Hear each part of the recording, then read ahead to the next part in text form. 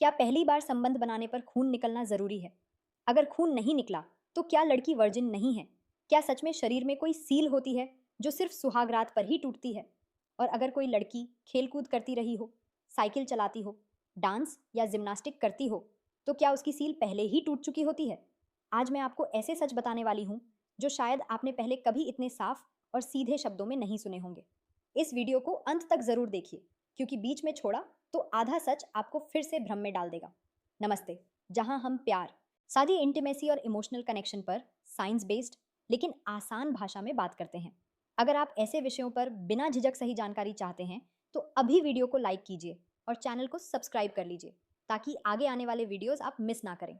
सबसे पहले एक बहुत बड़ा सच समझ लीजिए। सील नाम की कोई ताला या ढक्कन जैसी चीज शरीर में नहीं होती। मेडिकल भाषा में इसे हाइमन कहा जाता है। यह योनि के प्रवेश द्वार पर मौजूद एक पतली और लचीली झिल्ली होती है। यह पूरी तरह बंद नहीं होती। अगर यह पूरी तरह बंद होती तो पीरियड्स का खून बाहर कैसे आता? हाइमन में पहले से छोटे छोटे छेद होते हैं, जिनसे शरीर के तरल पदार्थ बाहर बाहर निकलते हैं। लेकिन समाज ने इस छोटी सी झिल्ली को लड़की के चरित्र से जोड़ दिया। यही सबसे बड़ी गलती है।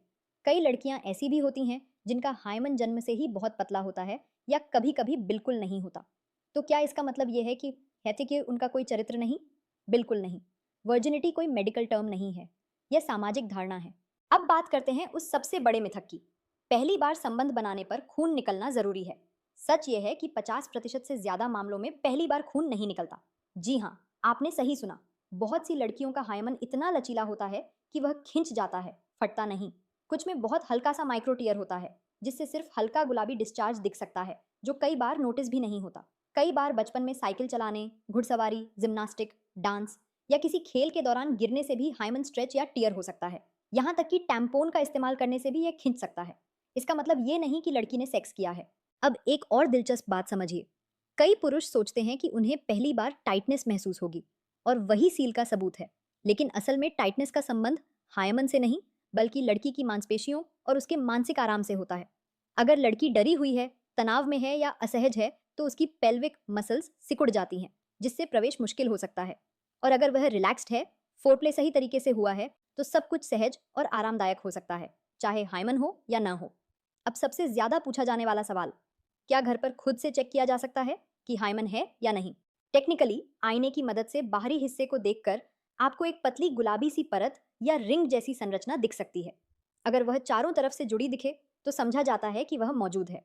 अगर सिर्फ किनारों पर छोटे छोटे टिश्यू के टुकड़े दिखें, तो वह स्ट्रेच या टीयर हो चुका हो सकता है।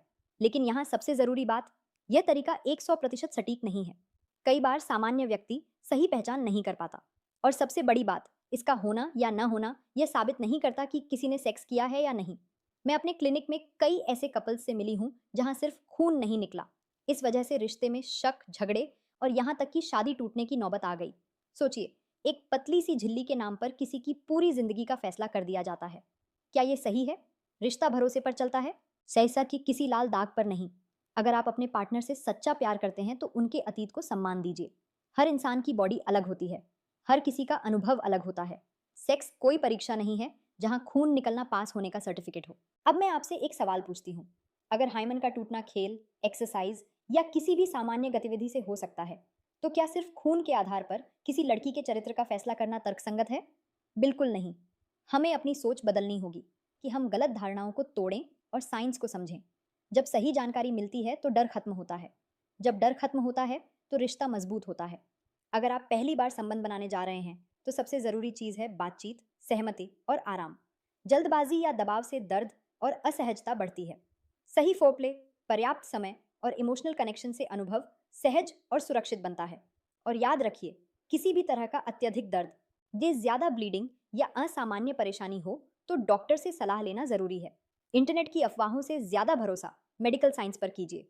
आज का सबसे बड़ा संदेश यही है कि सील तोड़ना कोई उपलब्धि नहीं है, और ना ही उसका टूटना या न टूटना किसी के चरित्र का प्रमाण है।